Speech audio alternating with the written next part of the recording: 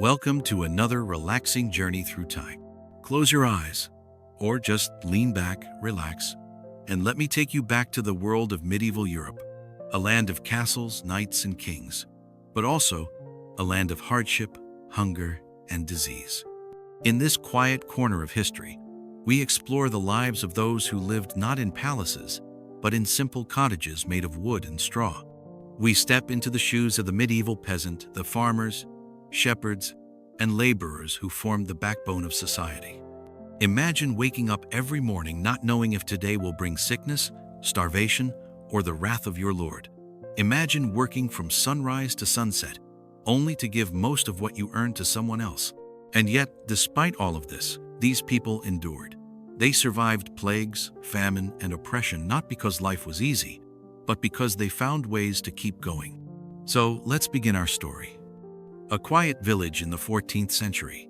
The sun rises slowly over fields of wheat and barley. Smoke curls from chimneys as fires are lit for breakfast.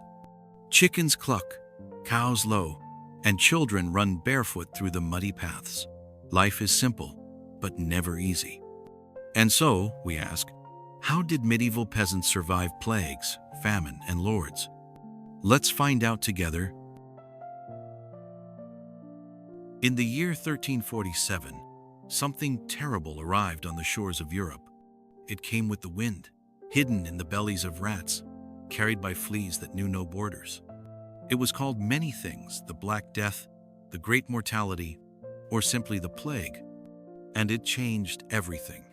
For the medieval peasant, life had always been hard, but now death walked among them. A fever, a cough, dark spots blooming on the skin, swollen, painful lumps under the arms and groin.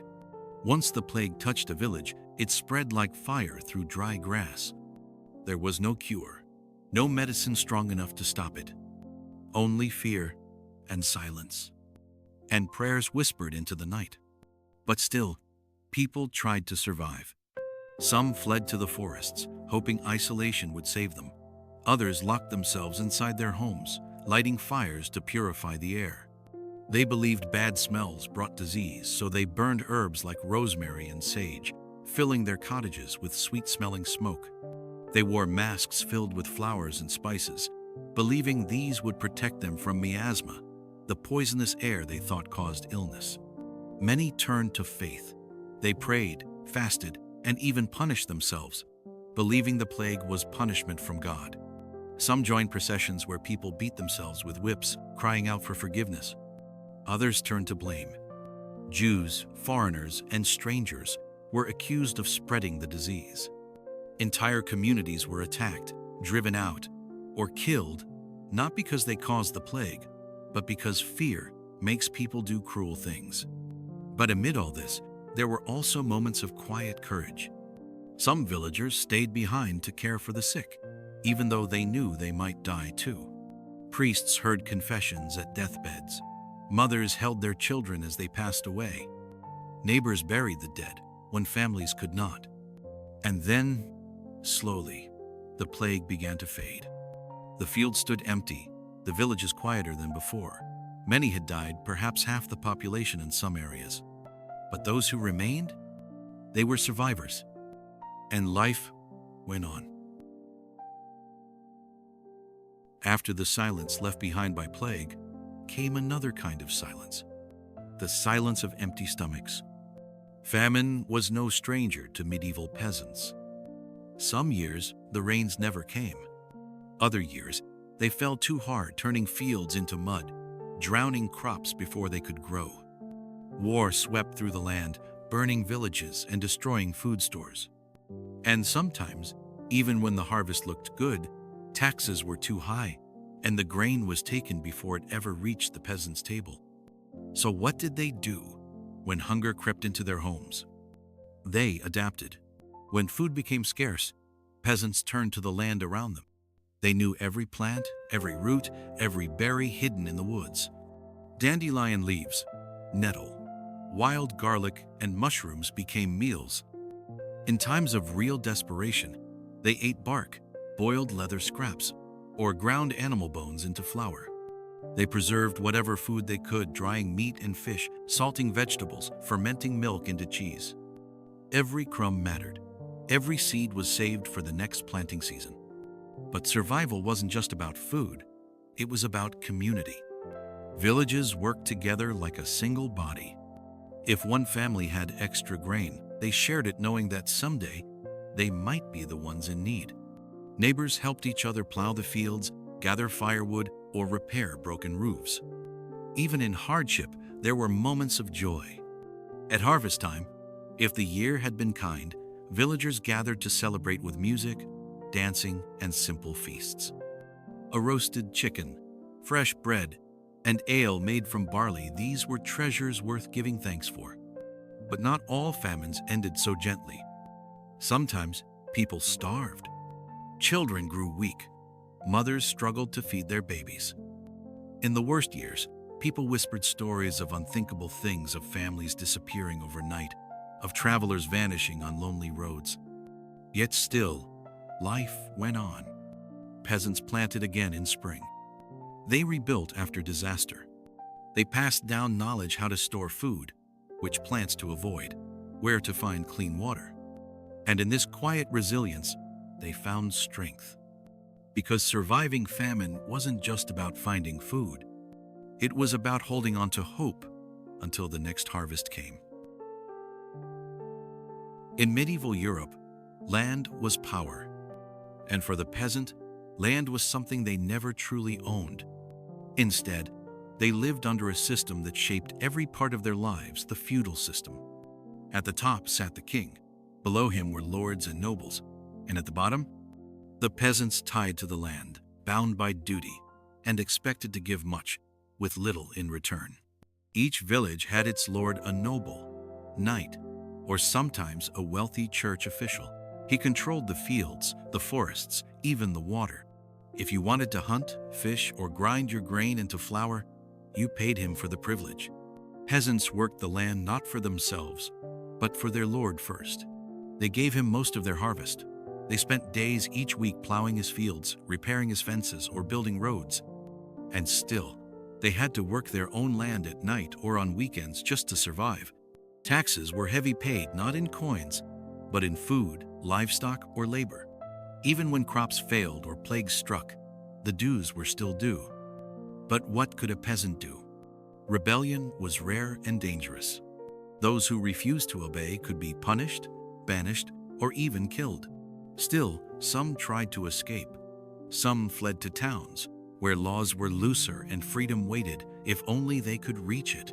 Yet despite all this, life wasn't entirely hopeless.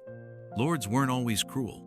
Some acted as protectors, offering safety from bandits and invaders. They built castles, maintained order, and sometimes helped during famines or disease. And within the village itself, there was a rhythm to life that brought comfort. There were festivals and feast days, moments when the weight of duty lifted, if only briefly. Weddings, births, and harvest celebrations brought joy to even the hardest lives. There was also faith, the great equalizer. Church was the heart of the village. It offered meaning, community, and hope. Peasants believed that suffering here would be rewarded in heaven, a belief that helped many endure. And so, day after day, year after year, peasants rose with the sun, bowed their heads to their lords, and kept going. Because survival wasn't just about escaping plague or famine. It was also about living under rules you didn't make and finding small ways to live freely anyway. In a world ruled by lords, shaped by famine, and haunted by plague, how did peasants keep going? How did they wake up each morning, tie their worn-out shoes, and step into the fields? The answer lies not just in survival, but in spirit. Because even in the hardest lives, people find ways to believe, to hope, to laugh. And so, let's explore the quiet strength of medieval peasants and the small joys that made life worth living. Section A. Faith as a light in darkness. For many peasants, faith was more than belief, it was comfort. It gave them something greater than themselves to hold on to. Every Sunday, they walked barefoot to the village church, built of stone and timber, its bell calling them to prayer. Inside, candles flickered in the dim light. The priest spoke of heaven, a place where pain ended and joy never faded. This promise gave meaning to suffering. It turned hardship into purpose. Even in plague years, when graves filled faster than hands could dig them, people still prayed. They lit candles for the sick. They whispered prayers over the dying. And they believed, truly believed, that better days waited beyond this life. Church festivals brought color and music to the otherwise quiet villages. There were processions with banners, songs sung in Latin and local tongues, and moments when the whole village came together as one. Section B. Small pleasures and simple comforts. Life wasn't all work and worry. There were moments of laughter, too. A child chasing a butterfly across the field. A couple holding hands under the stars after a long day. An old man telling stories by the fire, his voice rich with memory. Peasants grew flowers beside their homes, marigolds, lavender, and violets, not just for beauty, but for meaning. They believed some plants had healing powers, others brought good luck, and some simply smelled nice on a summer breeze. They sang songs while working. They danced at weddings. They told jokes, some of which have survived in old manuscripts, reminding us that even in the Middle Ages, people loved to laugh. Children played with wooden toys, carved animals, or balls stitched from scraps of cloth. Mothers braided hair. Fathers taught how to mend tools, and grandparents passed down legends like treasures. These were the small things that held life together. 2. Section C. Quiet strength and enduring hope. Medieval peasants didn't write books or build castles. But they built something else, something harder to see, but just as strong. They built endurance. They built community. They built a quiet kind of courage, the kind that gets you through another day, no matter what comes. They knew the sky would turn golden again at sunset. They knew the seeds they planted would grow if given time. And they knew that love between parent and child, husband and wife, neighbor and neighbor was stronger than fear. So yes, life was hard. Yes, the world was cruel. But still, they found ways to live, to love, to hope. And in that, they were truly remarkable. We began this journey in a quiet village at sunrise, where roosters crowed, fires were lit, and another day of hard work was about to begin. And now, as our story comes to a close, we return to that same place, but perhaps we see it differently. Because now, we understand what it meant to live as a peasant in medieval Europe, to face plague without medicine, to survive famine with little more than hope, to serve under lords who held all the power, and still to find joy, still to believe, still to keep going. These were not kings or conquerors. They did not write history books or build great monuments. But they built something just as important, the foundation of daily life. They planted crops so others could eat. They raised children who would grow up to change the world. They kept faith alive when everything else seemed lost. Their lives were not easy, but they were full of meaning. And maybe that's the greatest lesson their story teaches us. Because in every age, people face hardship. Sometimes it comes in the form of disease. Other times, hunger, or fear, or injustice. But like the medieval peasant, we too can endure. We too can find small joys, even on the hardest days. We too can hold on to hope, even when the world feels uncertain.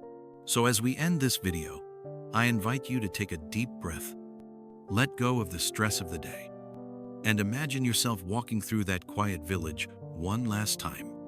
The sun dips low on the horizon. Smoke curls from chimneys. Children run barefoot down muddy paths. And somewhere, a mother sings a lullaby to her child. Life goes on. As always, it goes on. Let's step back once more, into the shoes of a medieval peasant. Close your eyes, or just relax, And imagine with me. It's early morning. The sky is still dark, but there's a soft glow on the horizon, the first sign of daybreak. The rooster crows, waking the village from its quiet sleep. Inside a small wooden cottage, a fire flickers to life. The smell of smoke and damp earth fills the air. Outside, the world is still cool and fresh. A cow lowing, a dog barking, the distant sound of a hammer striking metal at the blacksmith's shop. You step outside barefoot, the cold dirt pressing against your soles. The morning air is sharp and clean. Your family stirs behind you, children stretching, your wife or husband preparing bread and porridge for breakfast. After a simple meal, it's time to begin the day's work. If it's spring or summer, you head to the fields. You carry a wooden plow behind an ox, guiding it through the soil. The sun climbs higher, warming your back. Bees buzz around wildflowers growing along the edge of the field. If it's winter, you might stay closer to home, chopping wood, mending tools, feeding animals, or helping neighbors who are sick or too old to work. At midday, there's a short break. A piece of coarse bread, some cheese, a drink of water or weak ale. You sit under a tree or lean against a barn wall, enjoying a few moments of rest. Then it's back to work. In the afternoon, you may help repair a fence, collect firewood, or gather hay for the animals. Children run nearby, playing games with sticks and stones. Life moves slowly here, not out of laziness, but necessity.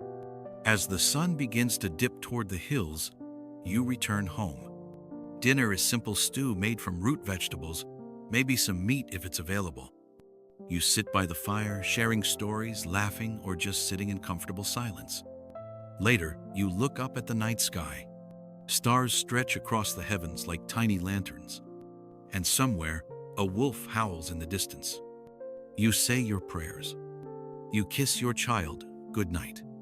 You lay down on your straw mattress, pull the wool blanket over your shoulders, and you fall asleep, knowing tomorrow will bring more work, more joy, and more quiet strength. Because this is the life of a medieval peasant. Not glamorous, not easy, but full of meaning. And perhaps that's all any of us can hope for. As we continue our journey through medieval life, let's take a short detour into something a little strange. Yes, peasant life was hard, but it was also full of odd traditions, surprising habits, and some downright bizarre beliefs. So, if you're still with me, here are a few weird but true facts about medieval peasants, perfect for falling asleep to with a smile on your face. Section A. Beds, baths, and bizarre habits. Believe it or not, many peasants didn't own beds, at least not in the way we think of them today. Instead, they slept on piles of straw or hay called pallets, often covered with cloth or blankets. And guess what? These pallets were sometimes shared by multiple family members, and even by pets. Bathing wasn't common either. In fact, many people believed that water could carry disease through the skin, so they avoided it unless absolutely necessary. Instead, they used perfumed oils, vinegar, or even wine to clean themselves. Yes, really. And here's one more. Many peasants believed that wearing the same clothes for months, even years, was perfectly fine. Washing fabric was difficult, after all. So why bother? Section B. Superstitions and strange beliefs. Medieval peasants lived in a world filled with mystery, and they had their own ways of explaining things they didn't understand. For example, many believed that wearing a rabbit's foot would bring good luck, a belief that survives even today. Some thought that placing a mirror under your bed would trap evil spirits during the night. Others lit candles before sleeping to keep demons away. One very real superstition? If you dreamed of fire, it meant someone close to you was in danger. And perhaps most oddly of all, many peasants believed that certain foods had magical properties. Carrots could help you see better, which actually turned out to be kind of true. And garlic could protect you from vampires well before vampire myths even existed. Section C. Funny food and odd jobs. Peasants ate simple food, mostly bread, porridge, onions, and seasonal vegetables. But did you know that honey was considered a luxury? Only the wealthy regularly enjoyed it. Most peasants sweetened their food with dried fruits like figs or dates. Also, believe it or not, many peasants kept pigs inside their homes during winter because pigs gave off body heat and warmth was precious. There were also jobs you wouldn't expect. For example, some villages had a person whose job was to wake everyone up in the morning with a loud knock and a shout. Others hired professional mourners to cry loudly at funerals to show how important the deceased was. And then there was the job of gong farmer, someone who cleaned out cesspits. They worked only at night, wore special clothes, and were paid extra for doing such a dirty job. Final thoughts before sleep. So, as we wrap up this little journey through the stranger side of medieval life, remember, history isn't just about kings and battles. It's also about everyday people living, loving, laughing, and sometimes believing that garlic keeps ghosts away. And maybe that's what makes history so fascinating. Because no matter how different the past seems, people have always been people. Curious, creative, sometimes silly, often brave. And now, it's time to drift off. So close your eyes, settle into your pillow, and imagine yourself in a quiet village once more. Let's return once more to that quiet village, to the rhythm of daily life, to the soft sound of footsteps on muddy paths, and the rustling of wind through the trees. Imagine yourself walking through the village again. The sun rises slowly over the hills.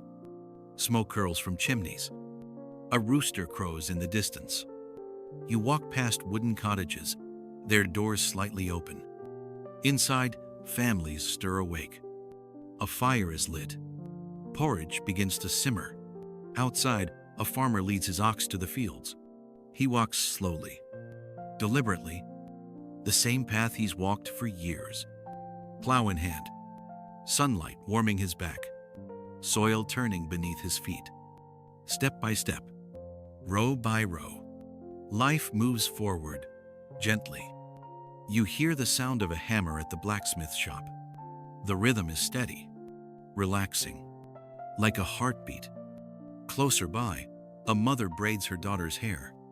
Her hands move with care, with love, with patience. Children run barefoot through the grass. Their laughter carries on the breeze. Soft, distant, dreamlike. You sit beside a well, watching the world go by. Time feels slower here, peaceful, safe. The sun climbs higher. Then slowly, it begins to fall. Birds return to their nests. Candles are lit. Dinner is served. Another day passes. Gently, quietly, fully.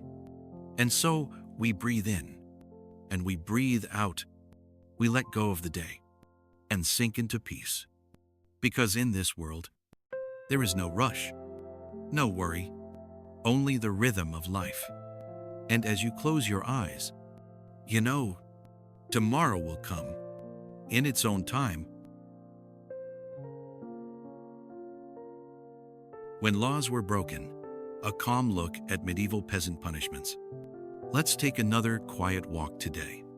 This time, toward the village square, where banners fluttered above wooden posts and ropes hung loosely from tall beams. We return once more to the medieval village. But now, we look at what happens when someone breaks the rules. Because though most peasants lived quietly, some made choices born of desperation, hunger, anger, fear. And when they did, there were consequences. So let's explore how peasants were punished for crimes and what justice looked like in a world where power belonged to the rich. Section A. The law in the village. Rules that bound the poor. In medieval Europe, laws were many, and peasants had little say in making them. Each village had its own rules set by the lord or local court. They covered everything. Who could hunt in the forest? How much tax was due? What tools could be used? And what would happen if someone broke the rules? Most peasants tried to obey. They knew the price of disobedience. But sometimes, survival meant breaking the law. A hungry man stole grain from the storehouse. A woman took firewood from the Lord's land. A farmer refused to work on a noble's field. And then came the punishment. Section B. Types of crimes. From theft to rebellion. Peasants were punished for many things, some serious, others far less so. Theft was common, stealing food during famine, or cloth when money ran out. Poaching, hunting deer or birds in the Lord's forest was seen as a major crime. Damage to property like cutting down trees without permission could earn harsh penalties. More serious offenses included refusing to pay taxes or perform labor, speaking out against a lord or priest, committing violence, especially against nobles, joining peasant revolts or riots. Even small crimes could bring big consequences, because in a world ruled by lords, justice often favored the powerful. Section C. Kinds of punishments. Shame, pain, and death. Punishments varied depending on the crime and the mood of the lord. Some were publicly shamed, locked in the stocks, pelted with rotten vegetables, jeered at by neighbors. Others were fined, losing their few coins or even their livestock. Many were beaten, whipped until blood stained their backs. Some lost body parts, hands cut off for stealing, ears removed for lying. And for the worst crimes, treason, rebellion, murder, there was only one sentence: death. Sometimes by hanging, other times by burning, or worse, executions were public events meant to scare others into obedience. Families watched in silence. Children learned early what happened to those who broke the rules. Yet still, some stood up. Some resisted. Some chose death over submission. Because sometimes, the only freedom a peasant could choose was defiance. Final thoughts before sleep. So tonight, as you drift off to sleep, imagine the sound of footsteps echoing through the village square. Feel the weight of silence after a judge speaks. Hear the soft cry of a child watching her father led away. Because even in hardship, there was injustice. Even in silence, there was resistance. Even in history, there were voices worth remembering. Close your eyes now. Let the rhythm of daily life carry you deeper into peace. Sleep well, dream peacefully, and rest in the quiet strength of those who came before us.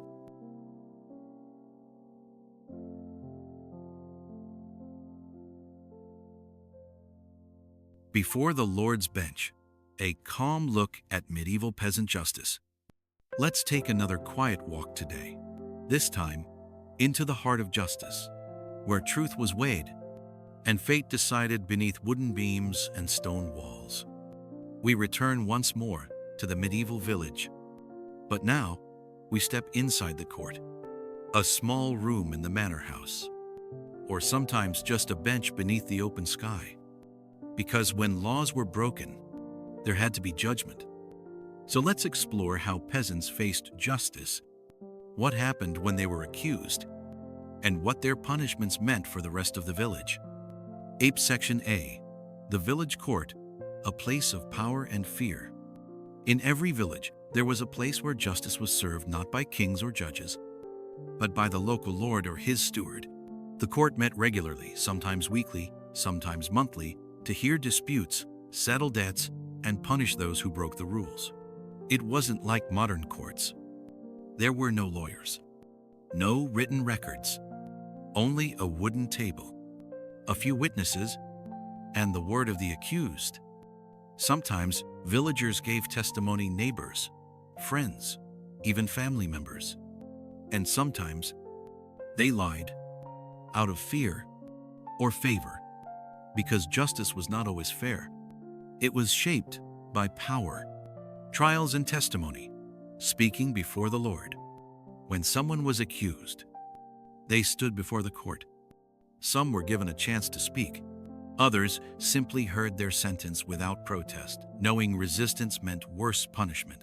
Trials could be strange, even cruel. Some villages used trial by ordeal, where the accused had to carry hot iron or plunge their hand into boiling water. If they survived without infection, they were innocent. If not, God had decided their guilt. Other times, oaths were sworn, and if enough people believed them, the accused went free. But for peasants, belief rarely came easily. Rich men had friends to vouch for them. Peasants? Often only silence. Section C. What happened after the sentence? Once the verdict was given, there was no appeal, no second chance. Punishments were carried out quickly, sometimes immediately. A thief might be whipped in public, a poacher branded on the arm, a rebel hanged from the gallows. These punishments weren't just about justice. They were about warning. Every beating, every branding, every hanging was a message. Obey the rules. Respect the Lord. Your life is not your own. And yet, not all sentences were harsh. Some lords were fair, especially if they needed strong workers in the fields. Others showed mercy during famine years, letting thieves go with warnings instead of beatings. Because even in a world ruled by power, there were moments of grace. Final thoughts before sleep. So tonight, as you drift off to sleep, imagine the sound of footsteps echoing through the manor hall. Feel the tension in the air as the accused stands before the Lord. Hear the soft murmurs of the crowd waiting for judgment. Because even in hardship, there was law. Even in silence, there was justice, flawed but real. Even in history, there were lives shaped by choices and consequences. Close your eyes now. Let the rhythm of daily life carry you deeper into peace. Sleep well, dream peacefully, and rest in the quiet strength of those who came before us.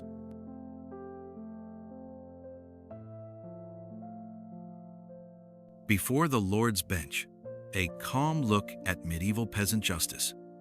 Let's take another quiet walk today, this time into the heart of justice, where truth was weighed and fate decided beneath wooden beams and stone walls. We return once more to the medieval village, but now we step inside the court, a small room in the manor house, or sometimes just a bench beneath the open sky. Because when laws were broken, there had to be judgment. So let's explore how peasants faced justice, what happened when they were accused, and what their punishments meant for the rest of the village. Ape Section A. The village court, a place of power and fear. In every village, there was a place where justice was served not by kings or judges, but by the local lord or his steward. The court met regularly, sometimes weekly, sometimes monthly, to hear disputes, settle debts, and punish those who broke the rules. It wasn't like modern courts. There were no lawyers, no written records, only a wooden table, a few witnesses, and the word of the accused. Sometimes villagers gave testimony, neighbors, friends, even family members. And sometimes they lied out of fear or favor, because justice was not always fair. It was shaped by power, trials, and testimony, speaking before the Lord. When someone was accused, they stood before the court. Some were given a chance to speak. Others simply heard their sentence without protest, knowing resistance meant worse punishment. Trials could be strange, even cruel. Some villages used trial by ordeal, where the accused had to carry hot iron or plunge their hand into boiling water. If they survived without infection, they were innocent. If not, God had decided their guilt. Other times, oaths were sworn, and if enough people believed them, the accused went free. But for peasants, belief rarely came easily. Rich men had friends to vouch for them. Peasants? Often only silence. Section C. What happened after the sentence? Once the verdict was given, there was no appeal, no second chance. Punishments were carried out quickly, sometimes immediately. A thief might be whipped in public, a poacher branded on the arm, a rebel hanged from the gallows. These punishments weren't just about justice. They were about warning. Every beating, every branding, every hanging was a message. Obey the rules. Respect the Lord. Your life is not your own.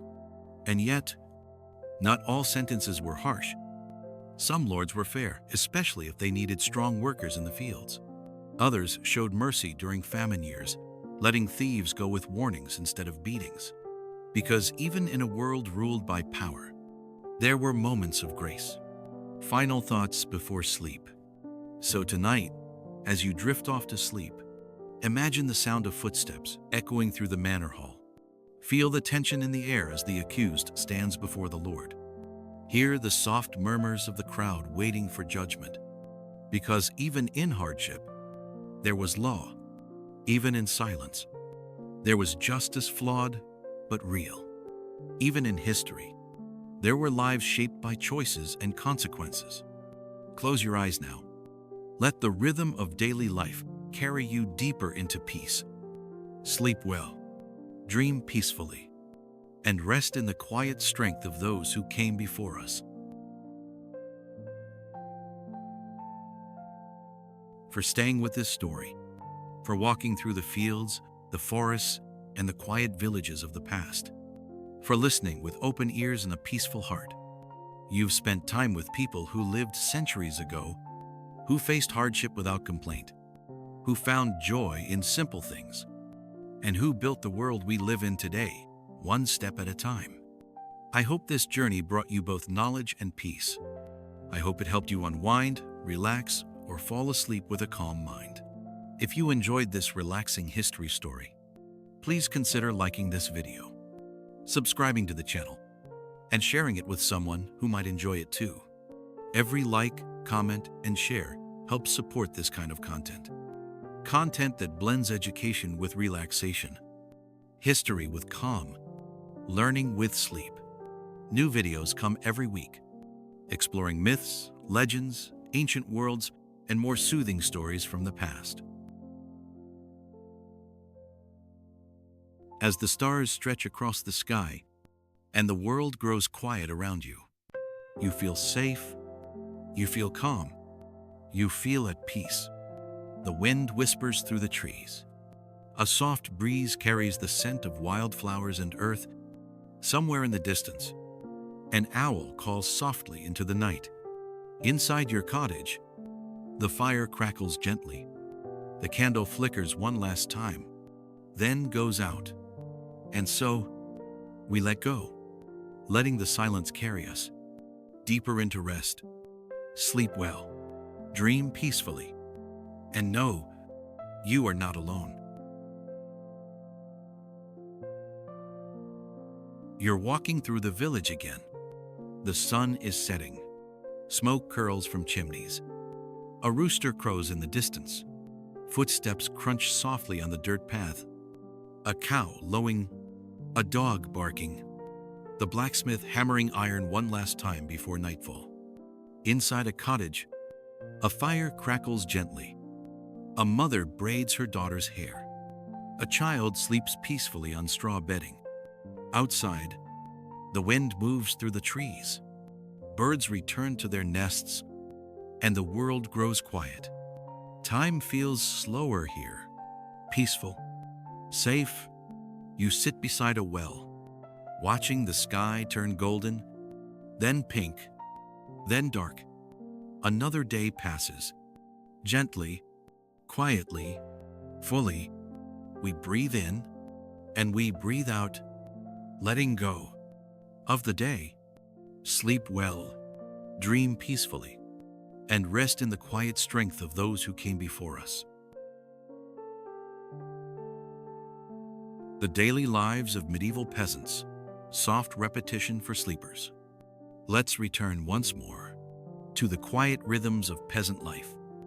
It begins at dawn. A rooster crows. Smoke rises from chimneys, and the village slowly wakes. Inside a wooden cottage, a fire is lit. Porridge simmers in a pot. Children stretch and yawn. Outside, the world stirs gently. Birds sing. Cows low, and the wind moves through the trees. A farmer walks behind his ox, guiding the plow through the soil. Back and forth, row by row. Life continues. He wears a simple wool tunic. His boots are worn, but he moves with purpose. Nearby, a woman gathers herbs from the garden. Rosemary, sage, thyme. She bundles them carefully to dry inside her home. A shepherd calls to his flock, and the sheep respond with soft bleats. They follow him across the hills, where the grass is green and fresh. At midday, there is a short break. A piece of coarse bread, some cheese, a drink of water or weak ale. Then it's back to work. Chopping wood, mending tools, feeding animals. Whatever needs to be done. As the sun begins to dip toward the hills, the day slows. Dinner is simple stew made from root vegetables. Maybe some meat if it's available. Laughter, stories, silence. Later, a child sleeps peacefully on straw bedding. A mother sings a lullaby. A candle flickers gently, then goes out. Outside, the stars stretch across the sky. An owl hoots softly in the distance. And somewhere, a lone peasant stands beneath the moonlight, looking up, remembering the quiet strength of his life. Time moves slowly here, peacefully, fully. We breathe in and we breathe out, letting go of the day. Sleep well, dream peacefully, and rest in the quiet strength of those who came before us. Let's take another quiet walk through history, this time into the world of power, duty, and hierarchy. A world where every person had a place, and few could change it. We return once more to the life of the medieval peasant. But now, we look up to the lords, knights, and nobles who ruled over them. In medieval Europe, land was everything. It meant survival, wealth, power, and most of it belonged not to peasants, but to their lords. The feudal system was like a great pyramid. At the very top sat the king. Below him were dukes, earls, and barons. Then came knights and lesser nobles. And at the bottom, the peasants. Each village had its lord. He might have been a noble, a knight, or sometimes a wealthy church official. He owned the land, controlled the forests, and decided what could and couldn't be done. Peasants didn't own land themselves. They worked it in exchange for protection and the right to live there. But this protection came at a cost. Every week, they gave the Lord part of their harvest. They paid taxes in grain, livestock, or labor. They spent days plowing his fields, repairing fences, or carrying messages on horseback. If they wanted to grind their grain into flour, they paid the Lord for use of his mill. If they wanted to hunt or fish, they paid again. And still, they kept going, because rebellion was dangerous. Those who refused to obey could be punished, banished, or worse. Yet, despite all this, life wasn't always cruel. Some lords acted as protectors. They defended villages from bandits and invaders. They offered shelter during famine or plague. And sometimes, they helped those in need. But even when a lord was fair, the weight of duty never lifted completely. Still, within the village itself, there was community. There was faith. There was quiet dignity. And so, day after day, year after year, peasants rose with the sun, bowed their heads to their lords, and kept going. Because survival wasn't just about escaping plague or famine. It was also about living under rules you didn't make, and finding small ways to live freely anyway. Title: Whispers in the Dark, Medieval Peasant Folktales and Superstitions. As the fire crackled in the hearth, and shadows danced on the walls of a small wooden cottage, an old man began to speak. His voice was low, soft, but full of meaning. "Listen closely," he said. For I will tell you a story from long ago, a tale not written in books, but whispered from one generation to the next. And so, let's step into the world of peasant legends, where every shadow had a name, every tree had a spirit, and every night held a mystery. Section A. Spirits in the Forest. Peasants believed that forests were alive with spirits. They called them good folk, wood wights, or sometimes just the hidden ones. It was said that if you walked too deep into the woods at night, you might meet them. Some would offer wisdom. Others would lead you astray, never to be seen again. Many villages left offerings near ancient trees, bowls of milk, bits of bread, or shiny trinkets, hoping to keep the spirits happy. And if you heard laughter in the wind, or saw lights dancing between the trees, you didn't stop to look. You ran, because those were signs that something unseen was watching. Section B. Witches, curses, and village magic. In every village, there was someone who knew things others did not. A woman who could heal wounds with herbs. A man who could predict the weather by reading the sky. Or someone who simply seemed different.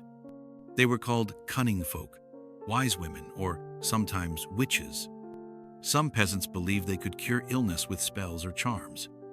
Others feared them, especially when crops failed or children fell ill. If something went wrong, someone had to be blamed. So whispers spread, fingers pointed, and sometimes people disappeared. But even in fear, there was belief. Belief in magic, belief in curses, and belief that the world was full of forces beyond our understanding. Section C. The power of superstition. Superstition filled every corner of peasant life. A black cat crossing your path meant bad luck. Walking under a ladder brought misfortune. And knocking on wood kept evil spirits away. They wore rabbit's feet for protection, hung garlic above doors to ward off demons, and lit candles before sleep to keep nightmares at bay. Some believed that dreaming of fire meant someone close to you was in danger. Others thought that stepping on a crack could break your mother's back. Strange, perhaps? But in a world without science, superstition gave people control over the uncontrollable. And sometimes, that was enough. Final thoughts before sleep. So, as we wrap up this little journey through the stranger side of medieval life, remember, history isn't just about kings and battles.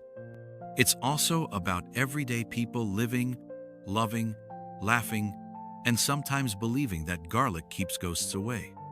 And maybe that's what makes history so fascinating. Because no matter how different the past seems, people have always been people.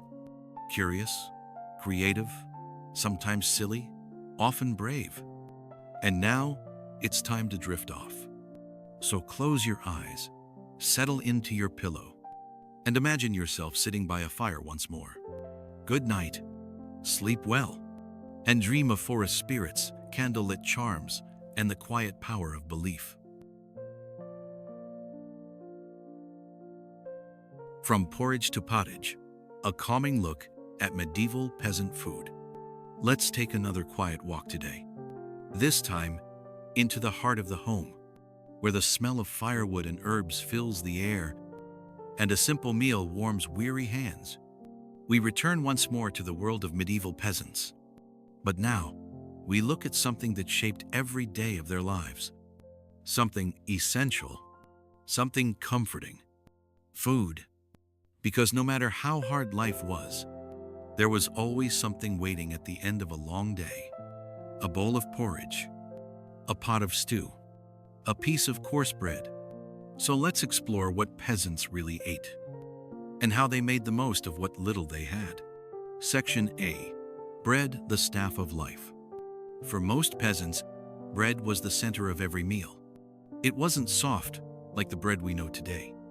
It was heavy, coarse, often made from rye or barley flour. And it could be so hard, it was sometimes called black bread, or even trencher, because it doubled as a plate. Bread was baked in village ovens or over open fires. Sometimes it was shared between families. Other times, it was all there was to eat. And though it wasn't fancy, it filled hungry bellies and gave strength for another day's work. Section B. Pottage, the everyday stew. If bread was the staff of life, then pottage was the heartbeat of peasant meals. Pottage was a thick soup or stew made by boiling whatever ingredients were available. Cabbage, onions, leeks, carrots, barley, oats, sometimes even scraps of meat or fish. It was cooked slowly over the fire. All day long, the smell filling the cottage like a warm embrace.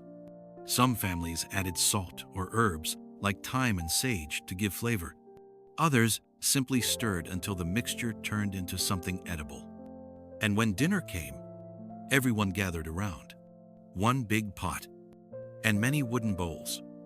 No forks, no knives, just spoons and full stomachs. Section C. Treats, drinks, and seasonal feasts. Honey was a luxury. Only the wealthy enjoyed it regularly. Most peasants sweetened their food with dried fruits like figs or dates.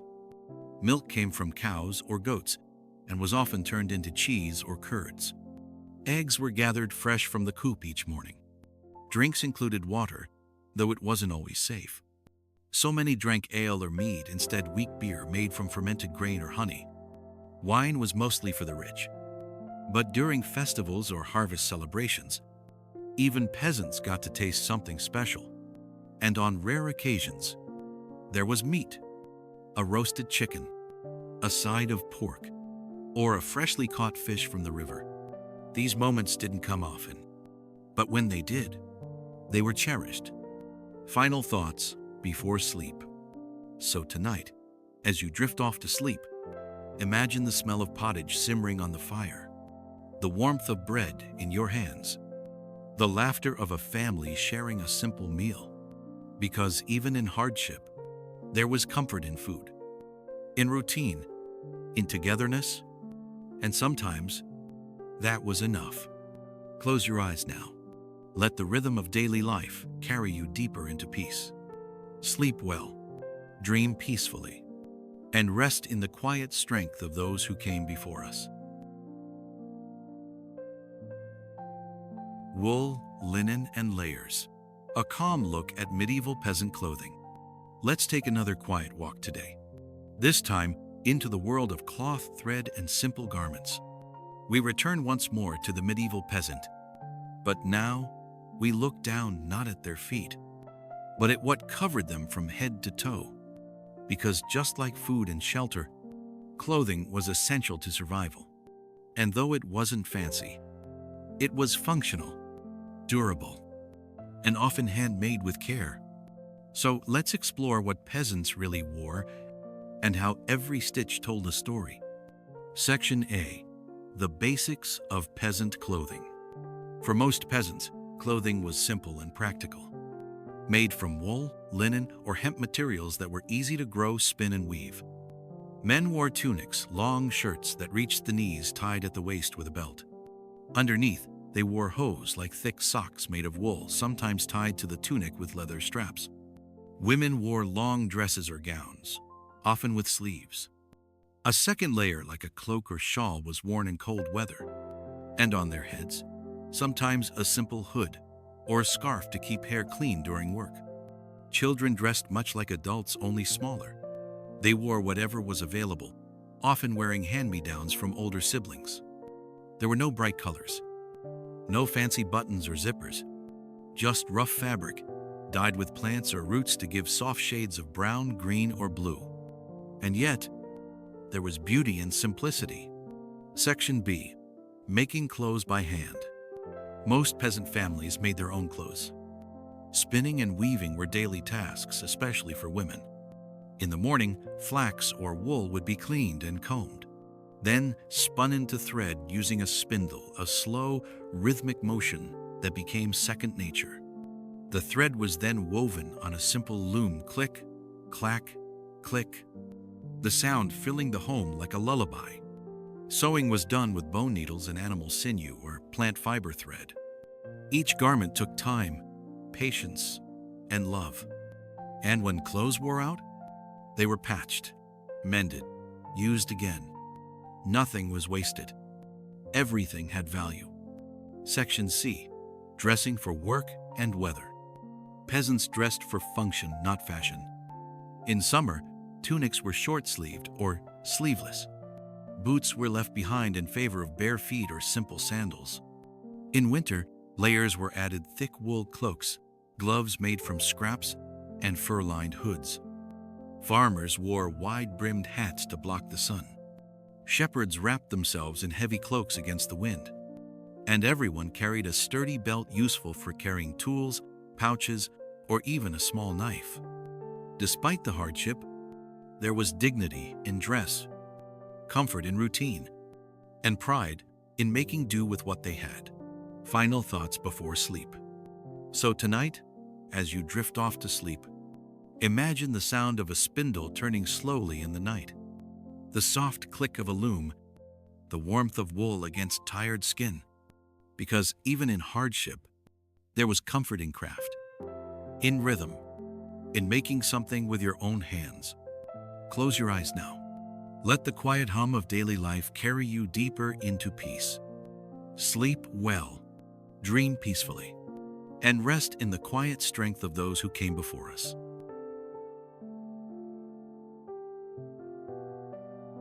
Wood, iron, and sweat. A calm look at medieval peasant tools. This segment explores the tools peasants used every day, from farming implements to household items. It's perfect for viewers who enjoy slow, methodical storytelling, repetitive actions, and historical depth. It's also ideal for long-form or sleep-focused content, as it includes descriptions of rhythmic labor, hammering sounds, and the quiet satisfaction of daily work. Voiceover script. Part 19. Title: Wood, Iron, and Sweat. A calm look at medieval peasant tools. Music continues softly, gentle strings or ambient forest sounds. Narrator voice, calm, warm, slightly poetic tone. Let's take another quiet walk today, this time into the hands of the peasant, where calluses formed from hard work and tools were passed down like family treasures. We return once more to the world of medieval peasants. But now, we look at what helped them survive, not just with strength, but with skill. Because in every home, field, and workshop, there were tools. Simple, rustic, but essential. So let's explore the tools of peasant life and the rhythm they brought to every day. Section A. Farm tools: plows, hoes, and scythes. The most important tool for a peasant was often found in the fields. A wooden plow, pulled by oxen or donkey, turned the soil each spring. It was simple, just wood and iron, but it gave life to crops. Hoes and spades broke up the earth. Rakes gathered hay after cutting. And scythes' long curved blades cut grain in the summer sun. Each swing of the scythe was rhythmic. Swoosh, swoosh, like waves against the shore. Men worked slowly, deliberately, knowing that rushing meant mistakes, and mistakes meant hunger. Inside barns and sheds, axes split firewood, shovels dug trenches, and pitchforks turned compost. Every tool had its place. Every task had its time.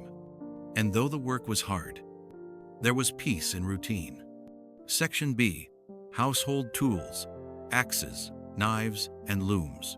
Inside the cottage, tools took on a different shape. An axe split logs by the hearth. A knife carved bread or meat. And a mortar and pestle crushed herbs and spices. Pots hung above the fire, stirred with wooden spoons. Baskets held grain, eggs, and vegetables. And ropes tied bundles of hay or bound animals for market. For women, one of the most important tools was the loom.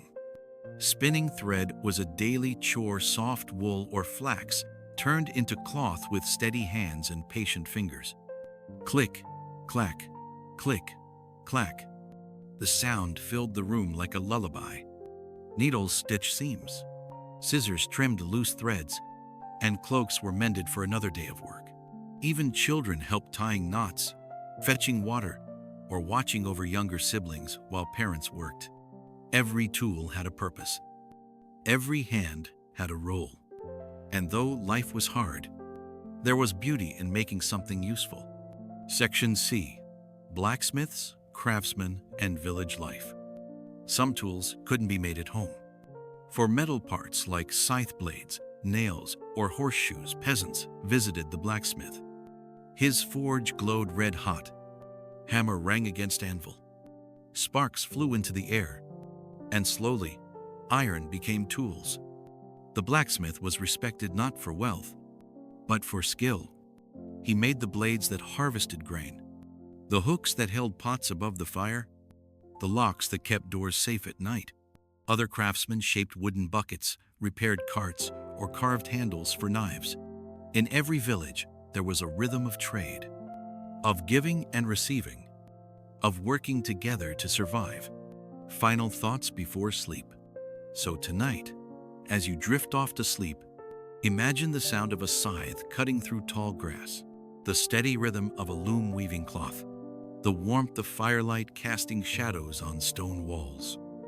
Because even in hardship, there was dignity in work, in craft, in the quiet strength of those who built their world one tool at a time. Close your eyes now. Let the rhythm of daily life carry you deeper into peace. Sleep well, dream peacefully, and rest in the quiet strength of those who came before us.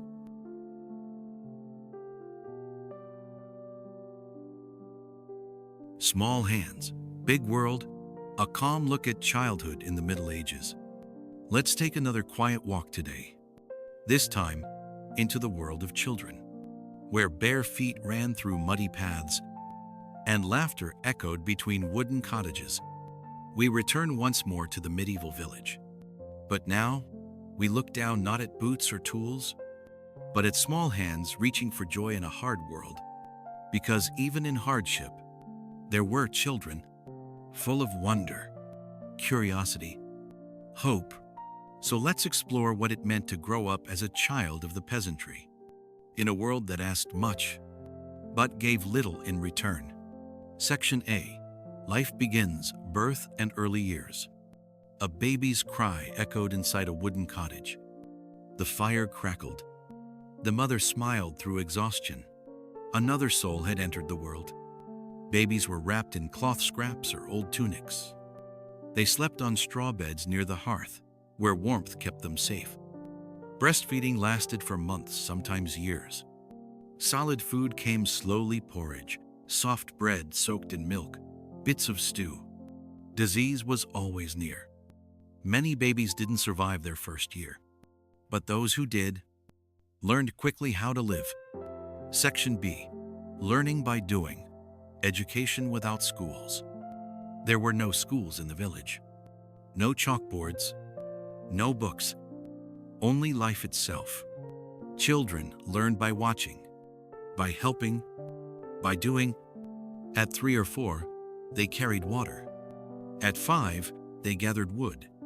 By 7, they helped in the fields, scaring birds, picking weeds, or feeding animals. Girls learned from their mothers how to cook, sew, mend clothes, and care for younger siblings. Boys followed their fathers, plowing land, sharpening tools, or tending sheep. Reading, writing, only for the wealthy. For peasants, knowledge came through hands, not pages. Yet still, they learned, they listened, they remembered. Section C. Playtime. Joy in simple things. Even in hardship, there was play. Children chased each other through meadows. They climbed trees. They made toys from sticks and cloth. They played games passed down for generations. Jump rope with vines, tag in the fields, hide and seek behind hay bales. During festivals, they danced in circles, clapped hands, and sang songs. Sometimes, they watched puppet shows or jugglers who traveled from town to town. And at night, they fell asleep in the same bed as their brothers and sisters. Wrapped in wool blankets, dreaming of dragons, knights, and heroes. Because even poor children had dreams. Final thoughts before sleep. So tonight, as you drift off to sleep, imagine the sound of children laughing in the distance. Feel the warmth of a straw mattress beneath you. Hear the lullaby sung by a mother in the dark. Because even in hardship, there was childhood. There was wonder. There was hope. Close your eyes now. Let the rhythm of daily life carry you deeper into peace. Sleep well, dream peacefully, and rest in the quiet strength of those who came before us.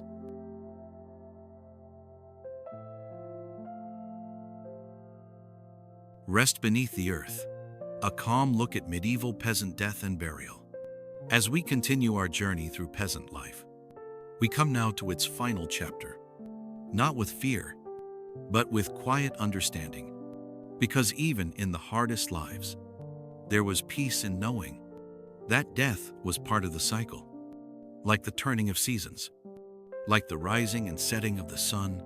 So, let's explore how medieval peasants approached death, how they honored the dead, and what they believe waited beyond this world. Section A. Death in the village. Facing loss with dignity. In a world without modern medicine, death was never far away. Children didn't always grow up. Mothers didn't always survive childbirth. And plague, famine, or war could take many at once. When someone died, the village gathered, quietly, respectfully. A priest or local healer might say a prayer. A cloth was wrapped around the body, and the body was laid to rest near home, often in the churchyard or beneath a tree by the fields. There were no grand tombs, no golden coffins, only wooden markers or simple stones to say, "Here lies one who lived." Oped. Section B. Funerals and final rites. Saying goodbye. Funerals were quiet affairs, but full of meaning. Candles burned beside the body before burial. Family members kept vigil through the night, singing softly or praying in silence. At dawn, the body was carried on a wooden stretcher, followed by mourners, their footsteps soft on the earth. The priest spoke words of comfort about heaven, about eternal rest, about seeing loved ones again someday. And then, the grave was filled, flowers placed, and the village moved forward, with hearts a little heavier. Sometimes, families left offerings at the grave, bread, wine, or coins, believing their loved ones could still feel their love from the other side. Section C. Belief in the afterlife. Hope beyond the grave. For peasants, death wasn't the end. It was a doorway. They believed in heaven, a place of light and peace, where pain stopped, where joy never ended. They also believed in purgatory, a place where souls were cleansed before entering paradise. And so, they prayed for the dead, hoping to shorten their time in between. Some lit candles in church. Others gave alms to the poor, all of it done out of love. And some whispered stories of saints who guided souls, of angels who watched over the departed, of ghosts who sometimes returned just to say goodbye.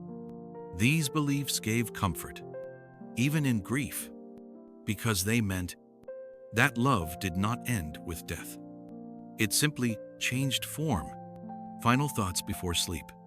So tonight, as you drift off to sleep, imagine a quiet meadow under moonlight, a small stone marker among wildflowers, and the wind gently carrying the memories of those who lived before us. Because even in hardship, there was dignity in death, comfort in faith, and hope in what lay ahead. Close your eyes now. Let the rhythm of history carry you deeper into peace.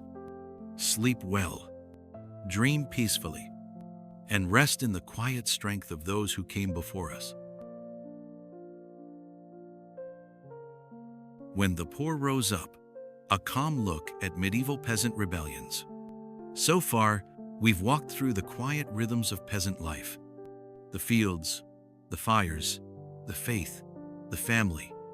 But not all stories are peaceful.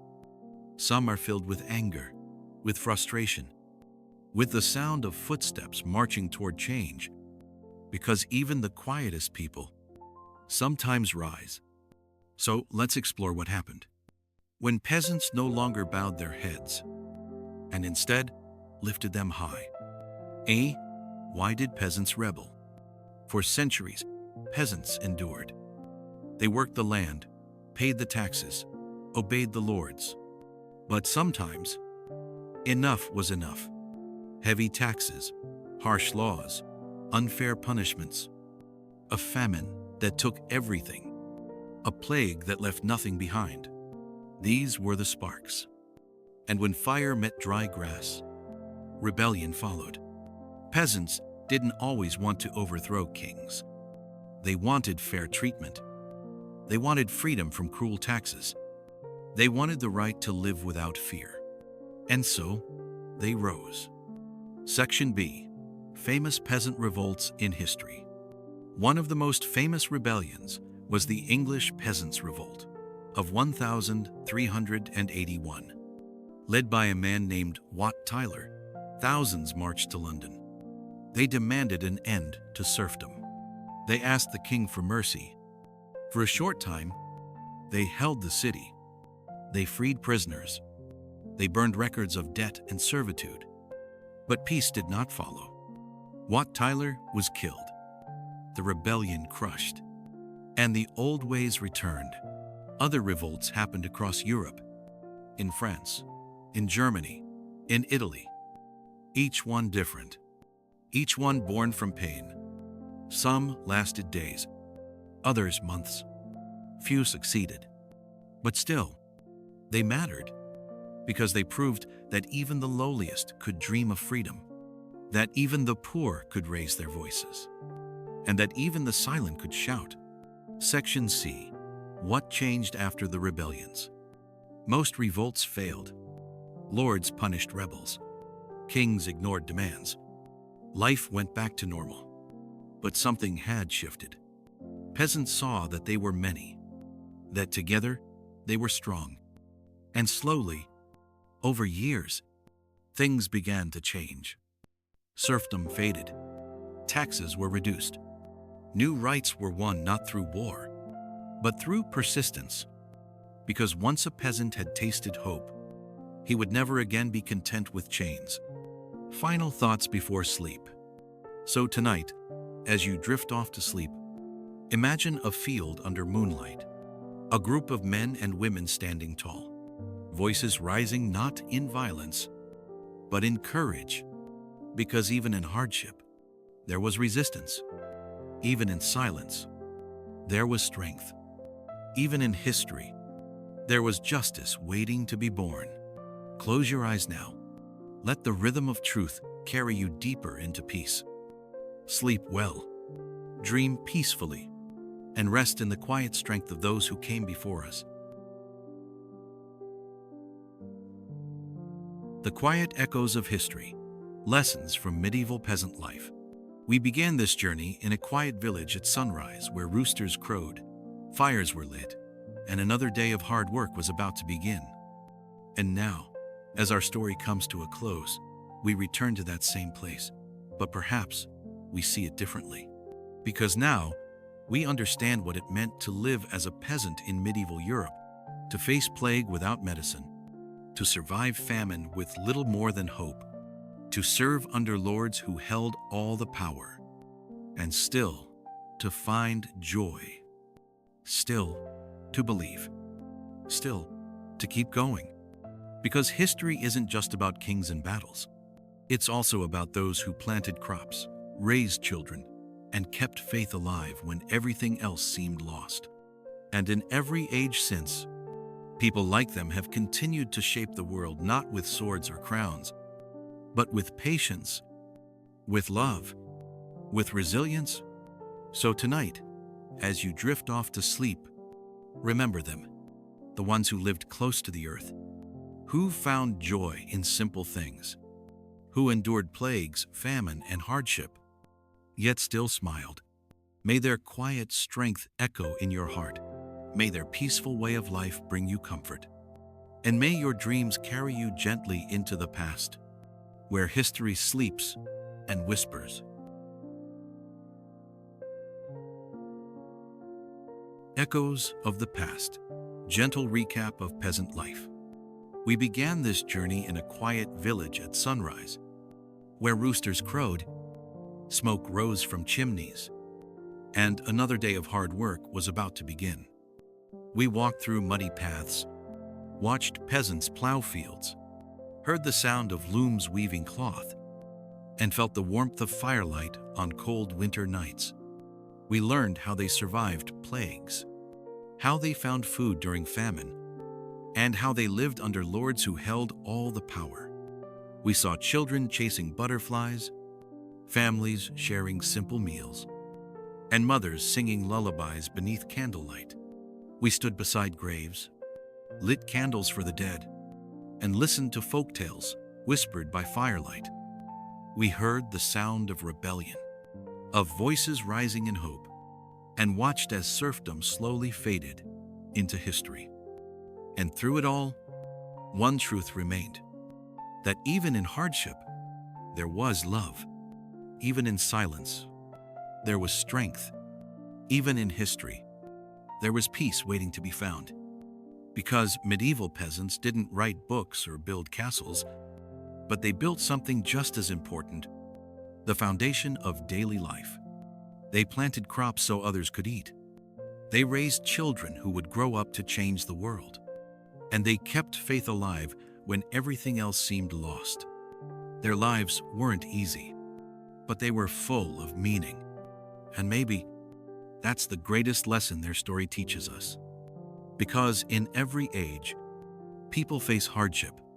Sometimes it comes in the form of disease.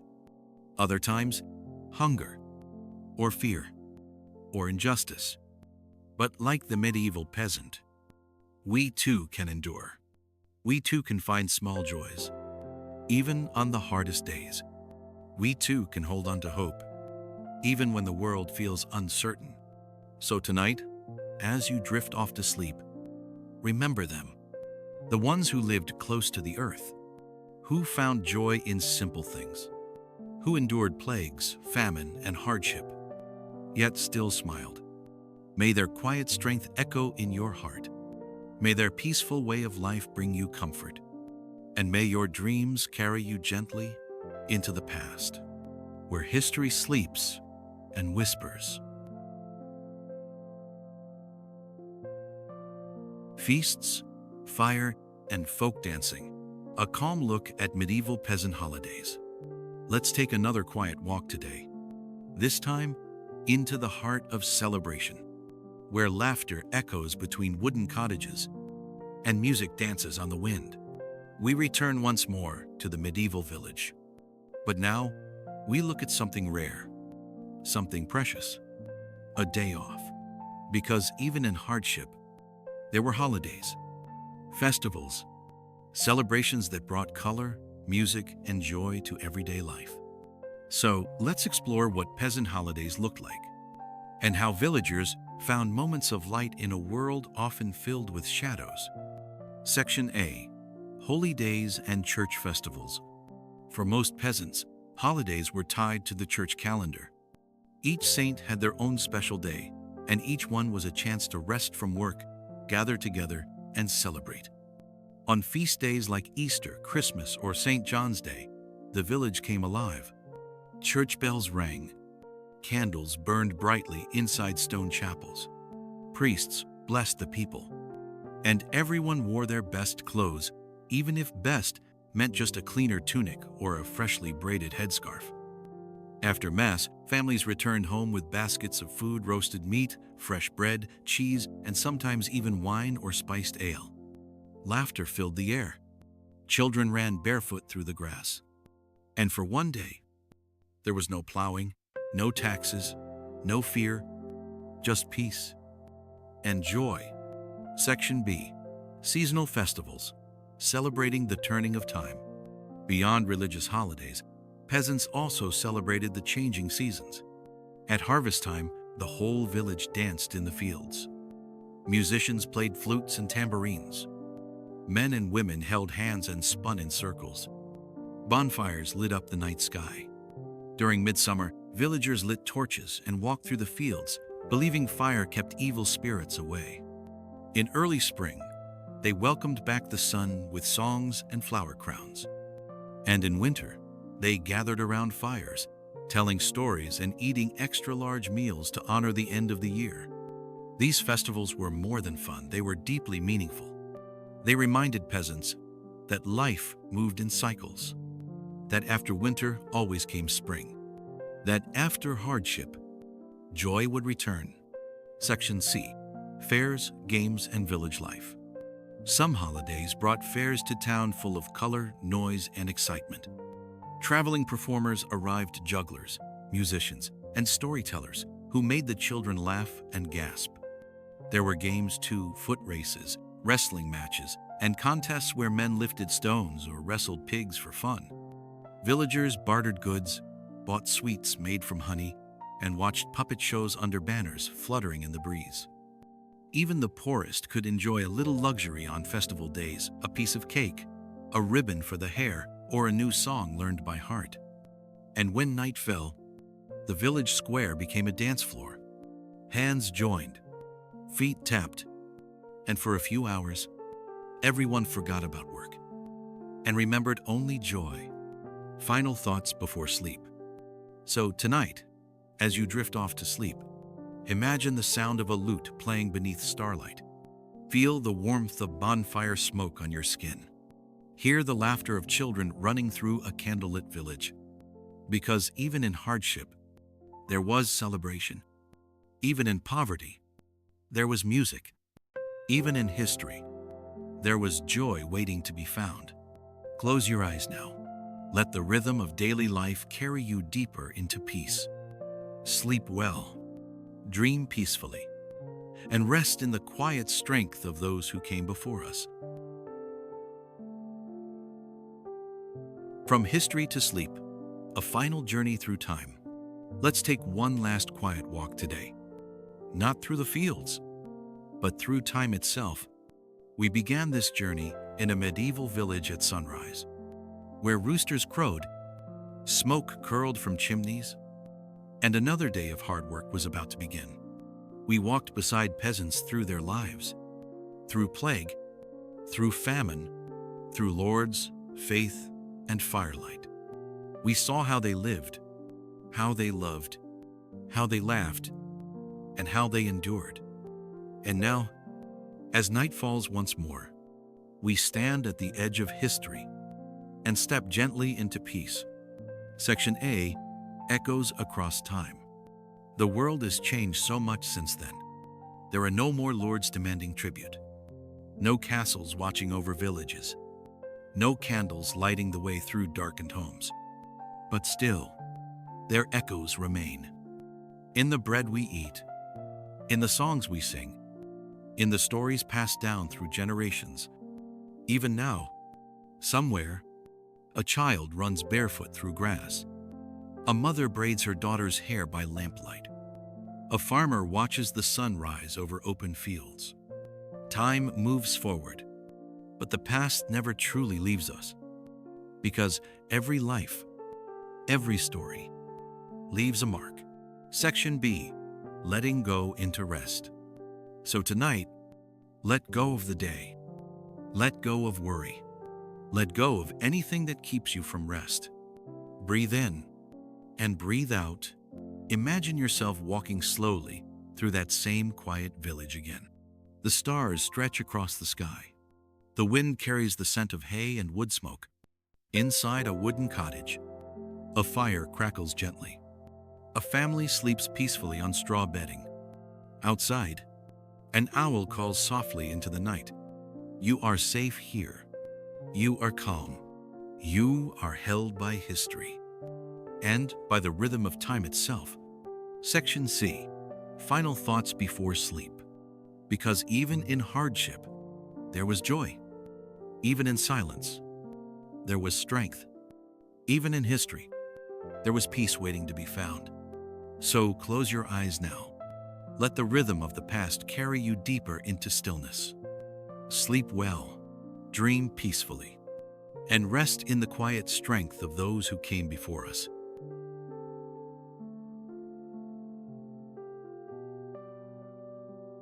Healing hands and herbal remedies, a calm look at medieval peasant medicine. Let's take another quiet walk today, this time into the shadowed corners of life, where fever burns and breath grows weak, and the world feels far away. We return once more to the medieval village. But now, we look at what happens when someone falls ill, because even in the strongest hearts, sickness sometimes finds a home. So let's explore how peasants faced illness with faith, with hope, and with hands that reached out to help. Section A. Sickness in the village. Signs of trouble. When a peasant fell ill, the signs were clear. A pale face, cold sweats, a cough that wouldn't stop. Sometimes it was simple, a cold caught in winter. Other times, it was something worse. Fever, pain, silence where laughter used to be. There were no hospitals, no doctors in white coats, only the knowledge passed down through generations, and the care of those who stayed behind. Section B. Village healers. The role of wise women and cunning folk. In every village, there was someone who knew things others did not. A woman who could cure a sore throat with honey and thyme. A man who knew how to stop bleeding with moss and pressure. Or someone who simply listened to the body and understood its needs. They were called many names: wise women, cunning folk, or sometimes just the healer bequeathed. They kept bundles of herbs: rosemary for strength, sage for pain, lavender for sleep. They brewed teas, made poultices, and whispered charms over wounds. Some villagers feared them. Others relied on them completely, because when the nearest monastery was miles away and the only doctor lived in the city, these healers were the only hope. Section C. Home remedies. Medicine from the earth. Most treatments came from nature. A cold? Drink warm milk with honey and ginger. A stomach ache? Chew fennel seeds. A wound? Press clean cloth soaked in vinegar against it. Burned skin? Rub it with melted butter. Toothache? Hold garlic in your mouth. Peasants believed in the power of touch, of warmth, of kindness given freely. And so family members sat by the bedside, holding hands, reading prayers, offering small sips of water through cracked lips. Illness was hard, but rarely faced alone. Section D. Faith, prayer, and last rites. When all else failed, faith stepped in. A priest was called. He arrived with holy oil, salt, and prayer. He gave the last rites to those who might not wake again. Candles burned beside the bed. Family gathered close, and soft voices filled the room, saying goodbye and hoping for peace. Even in death, there was dignity. Even in pain, there was love. Final thoughts before sleep. So tonight, as you drift off to sleep, imagine the scent of rosemary burning in a clay pot. Feel the warmth of a wool blanket around your shoulders. Hear the soft voice of a mother reading scripture by candlelight. Because even in hardship, there was healing. Even in silence, there was care. Even in history, there was compassion waiting to be found. Close your eyes now. Let the rhythm of daily life carry you deeper into peace. Sleep well, dream peacefully, and rest in the quiet strength of those who came before us. From the castle to the cottage, a calm look at peasants and kings. Let's take another quiet walk today, this time up the hill, past the fields, beyond the village gates, to a place few peasants ever saw in person. The castle. We return once more to the world of medieval life. But now, we look up not just to lords and nobles, but all the way to the top of the pyramid, to the king himself. Because though most peasants never met their king, his shadow touched every part of their lives. So let's explore what it meant to live under royal rule, and how the lives of the lowly and the mighty were forever linked. Section A. The distant crown. What peasants knew of their king. For most peasants, the king was a distant figure like thunder on the horizon. They heard of him through stories, through church sermons, through laws passed down by local lords. He lived in castles of stone and gold, wore robes stitched with silver thread, ate from plates of fine porcelain, while they ate from wooden bowls. Yet somehow, their lives were tied to his. When the king went to war, taxes rose. When he married, there might be a feast day. When he died, everything changed. And still, most peasants only knew his name, only saw his face carved into coins they would never hold. Section B. How the king shaped daily life. Though kings rarely walked among the people, their choices rippled through the land. They declared new laws, raised armies, changed taxes, sometimes even gave land to favored nobles, changing who ruled over whom. Peasants felt these changes not through speeches, but through hardship. A new tax meant less food on the table. A new war meant sons leaving for battle, and sometimes never returning. But there was also pride. Many believed their king was chosen by God, that he protected them from invaders, that he brought order to chaos. Even if they never saw him, they prayed for him. They celebrated when he won. They mourned when he fell. Section C. Did kings care about peasants? Did kings think of the peasant who plowed the field? Did they dream of the mother braiding her daughter's hair? Did they know the sound of a scythe cutting wheat? Or the smell of bread baking in a cottage oven? Probably not often. Kings dined beneath candlelit chandeliers, while peasants ate porridge by firelight. They slept in silk beds, while peasants curled beneath wool blankets. But sometimes, a good king did care. Some listened to messengers who traveled from village to court. Some lowered taxes after famine struck. And some even visited towns in disguise, just to see what life was really like. But most lived in a world apart. And yet, they needed each other. Without peasants, there would be no food, no soldiers, no wealth. Without kings, there would be no protection, no law, no peace. Final thoughts before sleep. So tonight, as you drift off to sleep, imagine the view from a castle window high above the land. Then imagine the same view from the ground, looking up at towers and banners fluttering in the wind. Because even in hardship, there was balance. Even in distance, there was connection. Even in history, there was meaning waiting to be found. Close your eyes now. Let the rhythm of daily life carry you deeper into peace. Sleep well, dream peacefully, and rest in the quiet strength of those who came before us.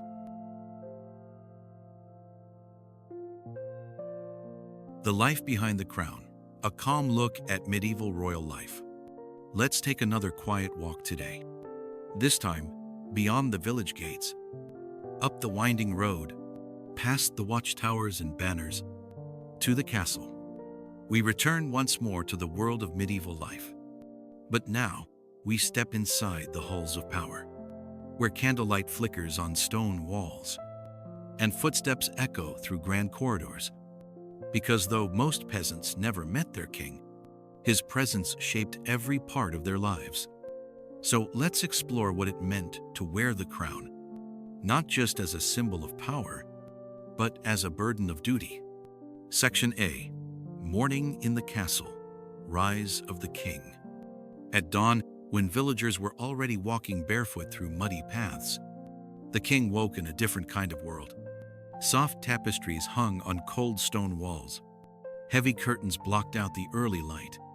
A fire burned in the hearth, warming the room before he even opened his eyes. He did not rise alone. Servants entered quietly, lighting candles, drawing water for washing, preparing fresh clothes. Some brought reports. Others simply stood by, ready to serve. Breakfast was modest, but rich bread, cheese, fruit, wine diluted with water.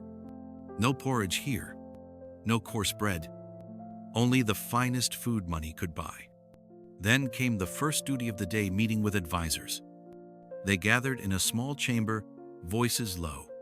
They spoke of war, taxes, and alliances, of enemies plotting in the dark, of harvests yet to come. Being king was not just about luxury. It was about responsibility. 2 Section B, the rhythm of rule, decisions that shape lives. By midday, the king moved through his castle, sometimes greeting nobles, sometimes walking alone in the garden. There were letters to read, seals to stamp, decisions to make. Would they raise new taxes? Would they send soldiers to war? Would they grant land to a loyal knight?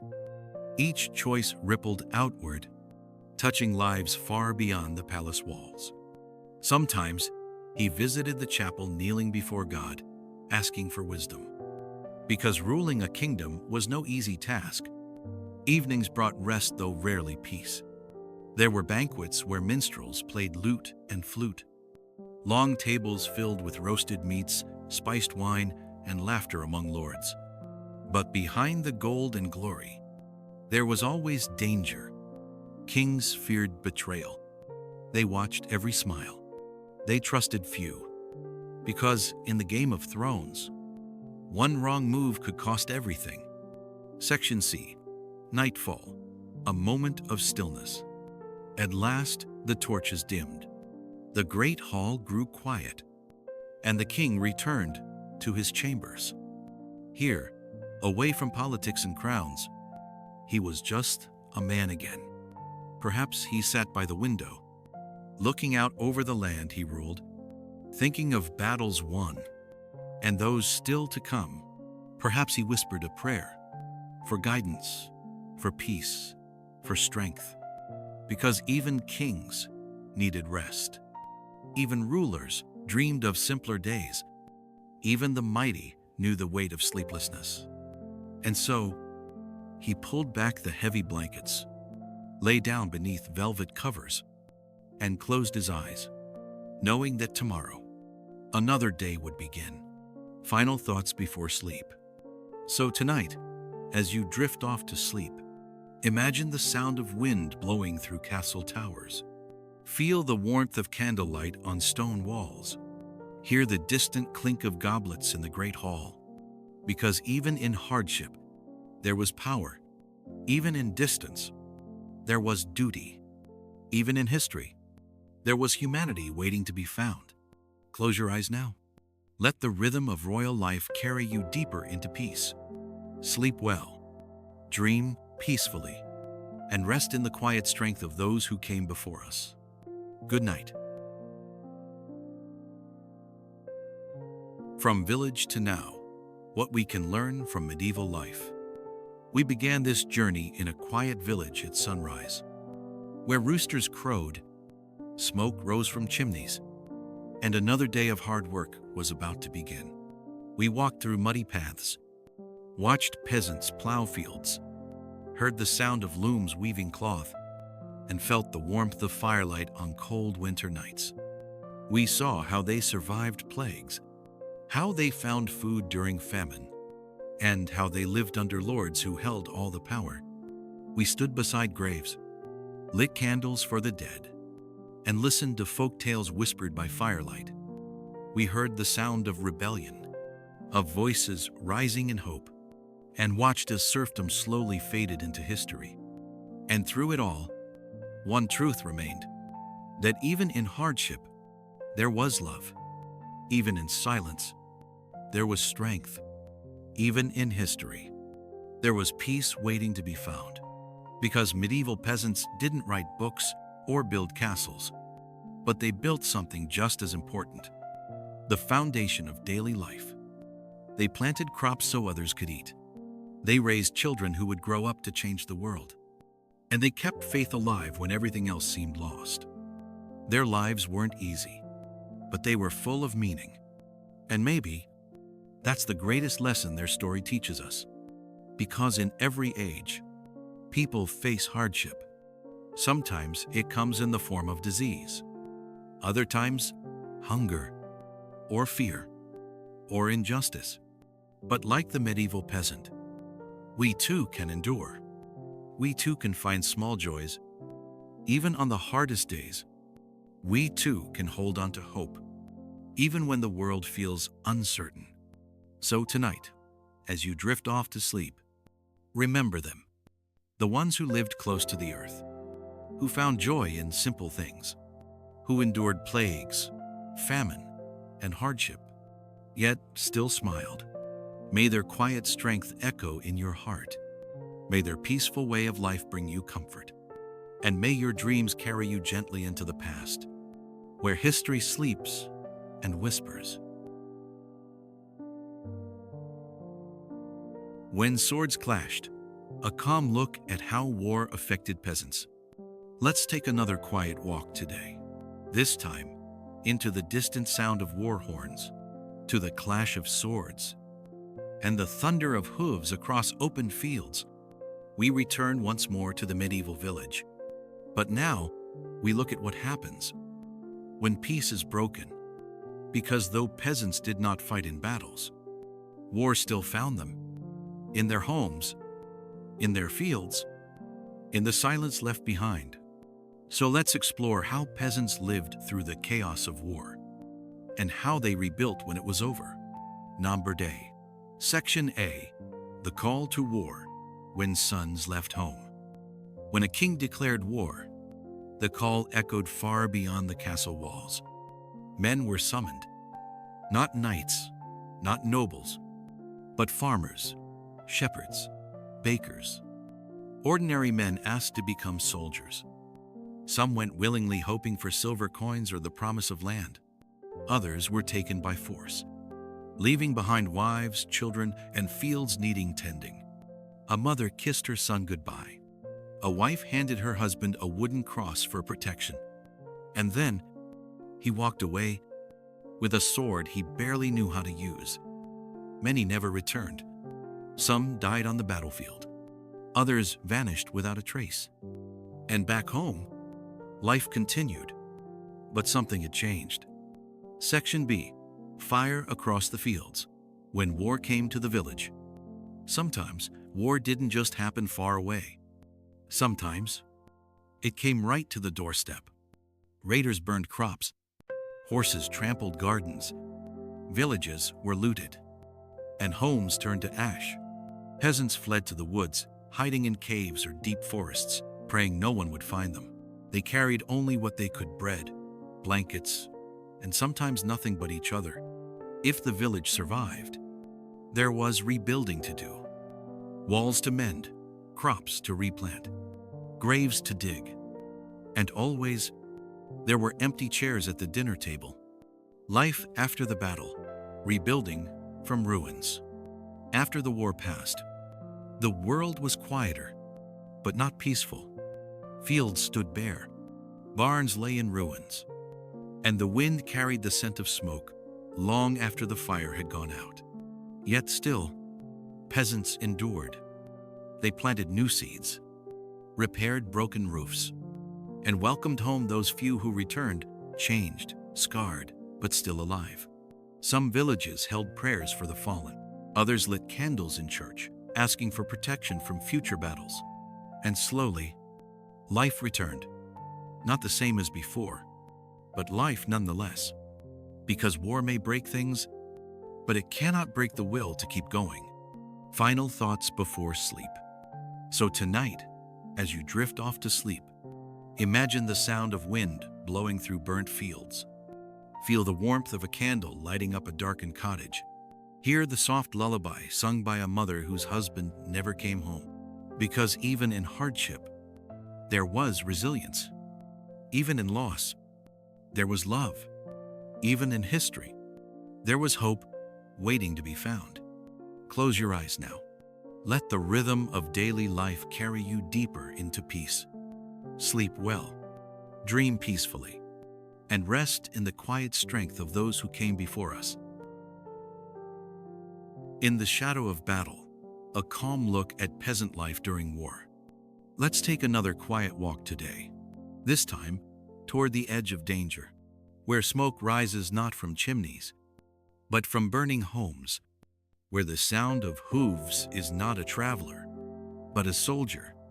We return once more to the medieval village.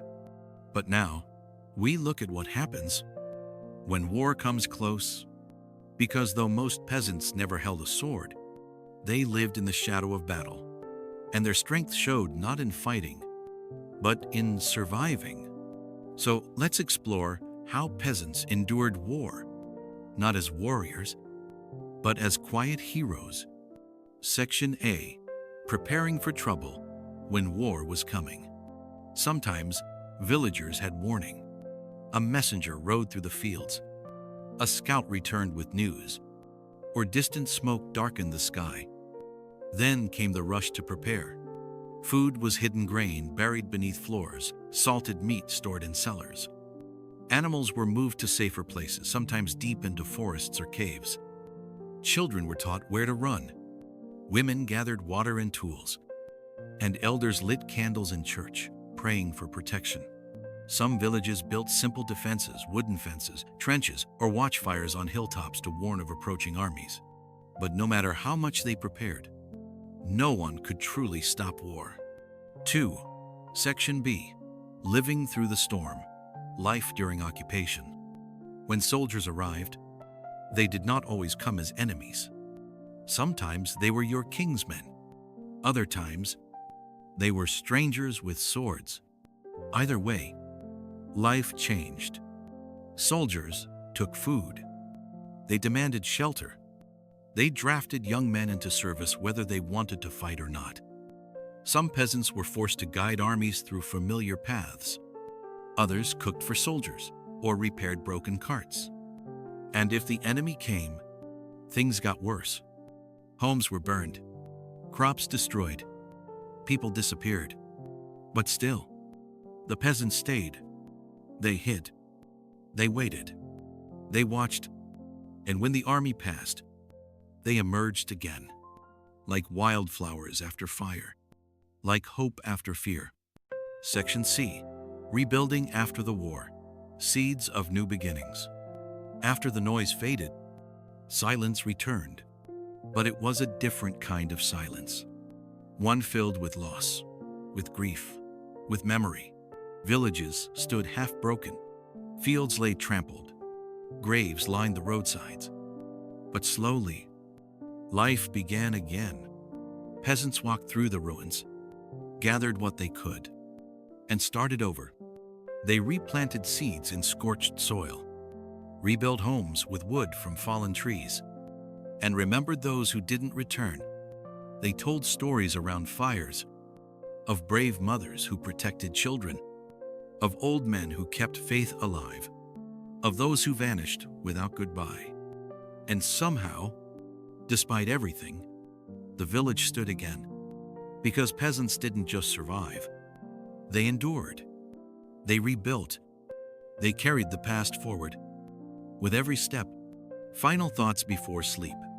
So tonight, as you drift off to sleep, imagine the sound of wind blowing through broken walls.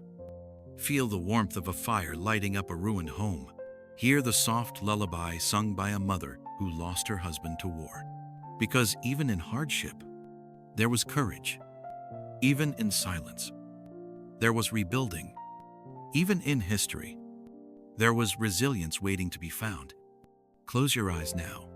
Let the rhythm of daily life carry you deeper into peace. Sleep well, dream peacefully, and rest in the quiet strength of those who came before us.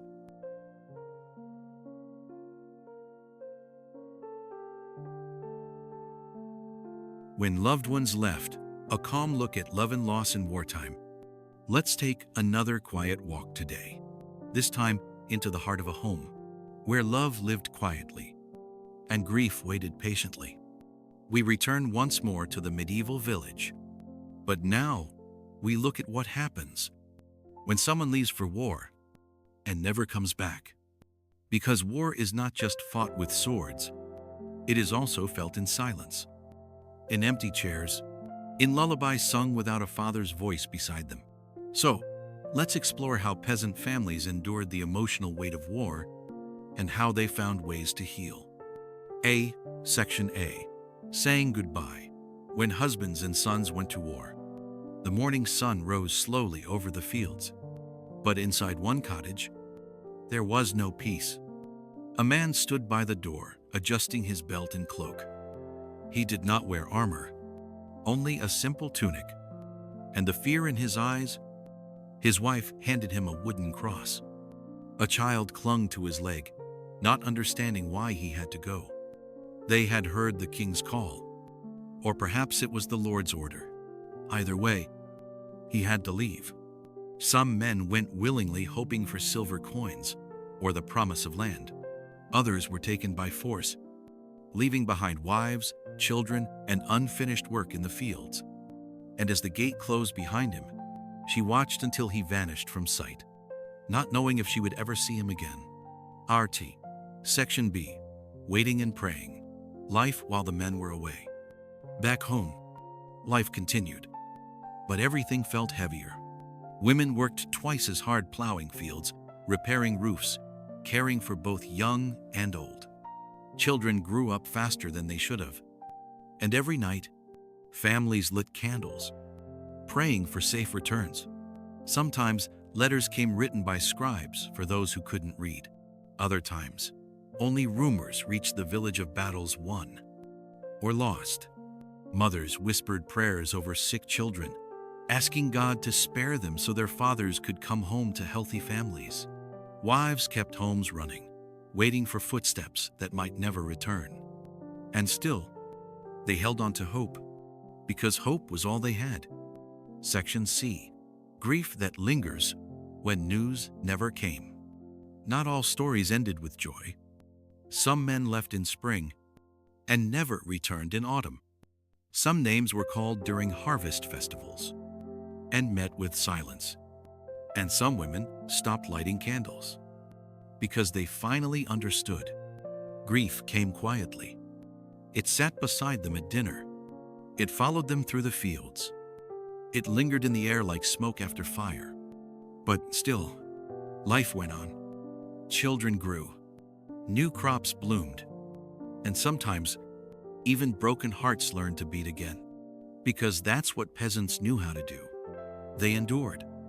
Not because life was easy, but because giving up meant letting go of everything they built.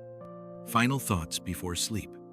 So tonight, as you drift off to sleep, imagine the sound of wind blowing through tall grass. Feel the warmth of a candle burning beside a bed. Hear the soft voice of a mother whispering to her child, "Your father will come home someday," because even in hardship, there was love. Even in loss, there was memory. Even in history, there was healing waiting to be found. Close your eyes now. Let the rhythm of daily life carry you deeper into peace. Sleep well, dream peacefully, and rest in the quiet strength of those who came before us.